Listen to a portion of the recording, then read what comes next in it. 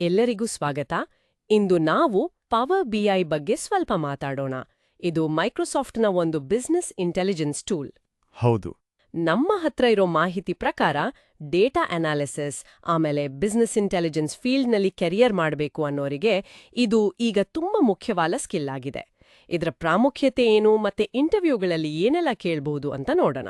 ಖಂಡಿತ.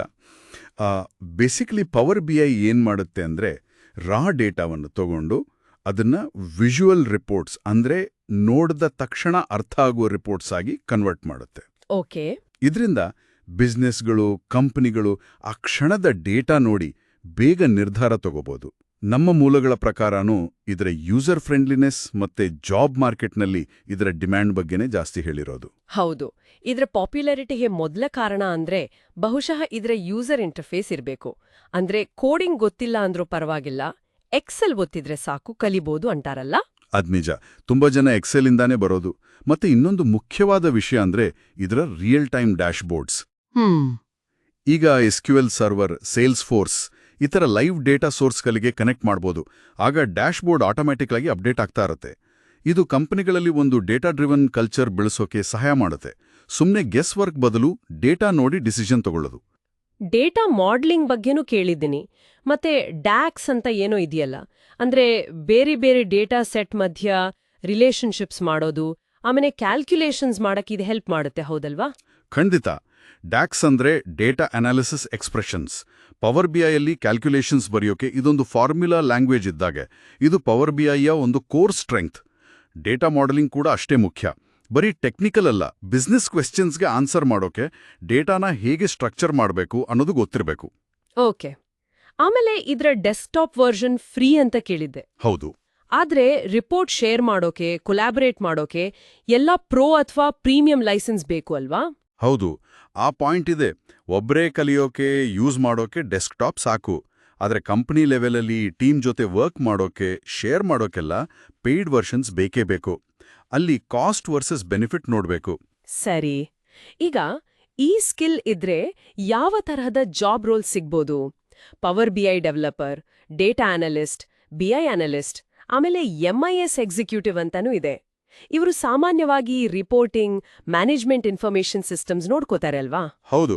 Health care, finance, e-commerce ಹೀಗೆ ಎಲ್ಲಾ ಕಡೆನೂ ಡಿಮ್ಯಾಂಡ್ ಇಲ್ಲೇ ಅನ್ಸುತ್ತೆ. ನಿಜ. ತುಂಬಾ ವಿಸ್ತಾರವಾದ ಸ್ಕೋಪ್ ಇದೆ. ಇದು ಬರೀ ಐಟಿ ಡಿಪಾರ್ಟ್ಮೆಂಟ್ಗೆ ಸೀಮಿತ ಅಲ್ಲ. ಈಗ ಮಾರ್ಕೆಟಿಂಗ್, ಸೇಲ್ಸ್, ಫೈನಾನ್ಸ್ ಈ ಡಿಪಾರ್ಟ್ಮೆಂಟ್ಗಳಲ್ಲೂ ಡೇಟಾ ಅನಾಲಿಸಿಸ್ ಸ್ಕಿಲ್ಸ್ ಇರೋರ್ಗೆ ಇದು ತುಂಬಾ ಯೂಸ್ ಆಗುತ್ತೆ. ಇದರ ಪ್ರಾಮುಖ್ಯತೆ ಗೊತ್ತಾಯ್ತು. ಆದ್ರೆ ಇಂಟರ್ವ್ಯೂಗಳಲ್ಲಿ ಹೇಗೆ ತಮ್ಮ ನಾಲೆಡ್ಜ್ ಪ್ರೂವ್ ಮಾಡೋದು? ಅಲ್ಲಿ ತಾನೇ ಅಸಲಿ ಪರೀಕ್ಷೆ. ಸಾಮಾನ್ಯವಾಗಿ ಯಾವ ತರಹದ ಪ್ರಶ್ನೆಗಳು ಬರ್ತವೆ? ಹೌದು, ಇಂಟರ್ವ್ಯೂಗಳಲ್ಲಿ ಫಂಡಮೆಂಟಲ್ಸ್ ಚೆಕ್ ಮಾಡೇ ಮಾಡ್ತಾರೆ. ಉದಾಹರಣೆಗೆ ಡ್ಯಾಕ್ಸ್ ಅಂದ್ರೆ ಏನು ಅಂತ ಕೇಳ್ಬೋದು. ಅಂದ್ರೆ ಡೇಟಾ ಅನಾಲಿಸಿಸ್ ಎಕ್ಸ್ಪ್ರೆಷನ್ಸ್, ಮೆಷರ್ಗಳು, ಕ್ಯಾಲ್ಕುಲೇಟೆಡ್ ಕಾಲಮ್ಸ್ ಕ್ರಿಯೇಟ್ ಮಾಡೋಕೆ ಬಳಸೋ ಫಾರ್ಮ್ಯುಲಾ ಲ್ಯಾಂಗ್ವೇಜ್. ಓಕೆ. ಮೆಷರ್ ಮತ್ತೆ ಕ್ಯಾಲ್ಕುಲೇಟೆಡ್ ಕಾಲಮ್, ಅದೇನು ವ್ಯತ್ಯಾಸ ಇವೆರಡ್ರ ಮಧ್ಯ? ಇದು ಸ್ವಲ್ಪ ಕನ್ಫ್ಯೂಸಿಂಗ್ ಅಲ್ವಾ? ಹೌದು, ಇದು ತುಂಬಾ ಕಾಮನ್ ಆಗಿ ಕೇಳೋ ಪ್ರಶ್ನೆ.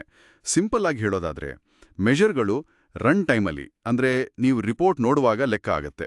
ನೀವು ಫಿಲ್ಟರ್ ಬದಲಾಯಿಸಿದ್ರೆ ಮೆಷರ್ ವ್ಯಾಲ್ಯೂ ಚೇಂಜ್ ಆಗತ್ತೆ. ಉದಾಹರಣೆಗೆ ಟೋಟಲ್ ಸೇಲ್ಸ್. ಆದರೆ ಕ್ಯಾಲ್ಕುಲೇಟೆಡ್ ಕಾಲಮ್ ಅನ್ನೋದು ಡೇಟಾ ರಿಫ್ರೆಶ್ ಆಗುವಾಗಲೇ ಲೆಕ್ಕ ಹಾಕಿ ಟೇಬಲ್ನಲ್ಲೇ ಒಂದು ಹೊಸ ಕಾಲಮ್ ಆಗಿ ಸೇವ್ ಆಗಿಬಿಡುತ್ತೆ. ಉದಾಹರಣೆಗೆ ಪ್ರತಿ ಸೇಲ್ನ ಪ್ರಾಫಿಟ್ ಪರ್ಸೆಂಟೇಜ್. ಓ, ಸರಿ ಸರಿ. ಸೊ ಮೆಷರ್ಗಳು ಡೈನಾಮಿಕ್, ಕ್ಯಾಲ್ಕುಲೇಟೆಡ್ ಕಾಲಮ್ಗಳು ಸ್ಟ್ಯಾಟಿಕ್ ಇದ್ದಾಗೆ.